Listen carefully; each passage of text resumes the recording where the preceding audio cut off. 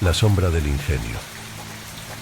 Crecí en un pequeño pueblo al sureste de La Habana, un lugar donde los días parecían eternos bajo el sol abrasador y las noches eran abrazadas por un silencio inquietante. Lo que estoy por contarles ocurrió cuando tenía 15 años, y aunque han pasado décadas, aún siento el peso de aquel terror clavado en mi pecho. Era 1994, una época oscura en Cuba. Los apagones eran constantes y las velas se convirtieron en nuestras compañeras inseparables.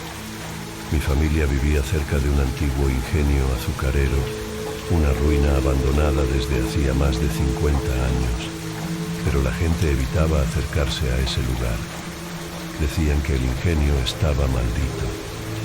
Todo comenzó una noche sin luna, cuando mi primo Daniel y yo decidimos desafiar las historias que los ancianos del pueblo nos habían contado. Con las linternas medio muertas y nuestras mochilas, caminamos hasta el ingenio. Lo que nos impulsaba no era solo el morbo de asustarnos, sino la promesa de encontrar un viejo tesoro escondido en las bodegas subterráneas. Era un rumor que circulaba entre los más jóvenes y aunque pocos se atrevían a ir, el hambre y la desesperación nos empujaron a hacerlo. Al llegar, el lugar parecía más vivo de lo que recordaba. Las paredes agrietadas estaban cubiertas de musgo y una brisa helada, casi antinatural, parecía emanar del interior del ingenio.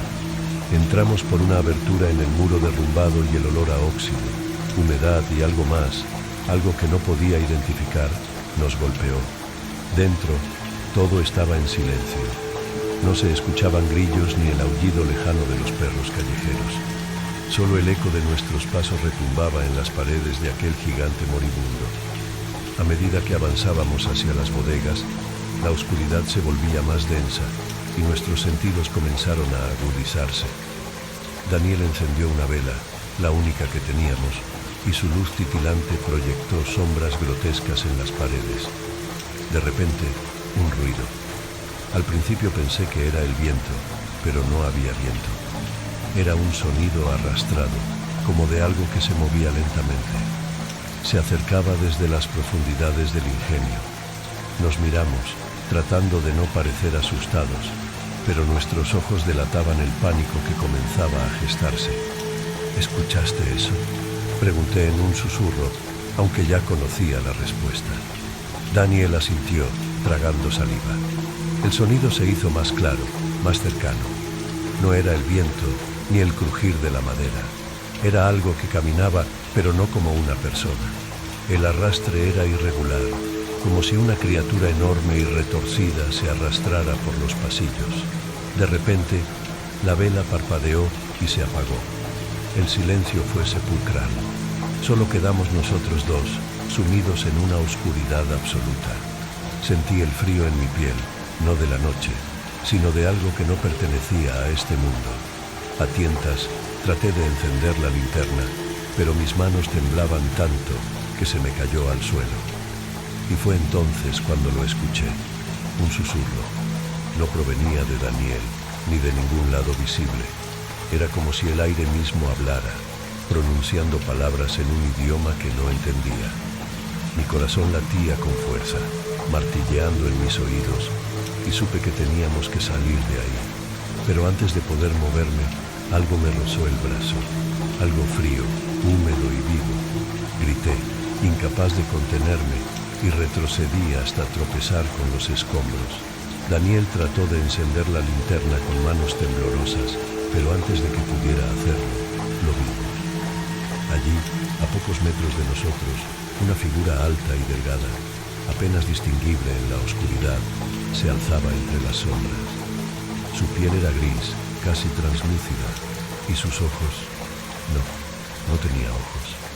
Solo cuencas vacías que parecían absorber la poca luz que quedaba. Era imposible. Aquella cosa no podía ser humana. La figura avanzó lentamente hacia nosotros, arrastrando los pies, y un sonido borboteante salió de su garganta. Mi cuerpo entero se congeló, incapaz de moverse. Daniel fue el primero en reaccionar. Tiró de mí con todas sus fuerzas y corrimos como si nuestras vidas dependieran de ello, porque en ese momento así era. Salimos del ingenio jadeando, el corazón a punto de estallarnos. No nos detuvimos hasta llegar al borde del pueblo. A pesar de que ya estábamos lejos, el eco de esos pasos, ese arrastrarse, parecía seguirnos en cada rincón de mi mente. Nunca volvimos a hablar de lo que vimos esa noche. Nadie en el pueblo nos creyó cuando intentamos contar lo sucedido, y Daniel se mudó con su familia poco tiempo después. Yo también dejé el lugar años más tarde, pero el ingenio, esa ruina maldita, nunca me ha dejado. En mis pesadillas siempre vuelvo allí, y siempre, siempre, la sombra me está esperando.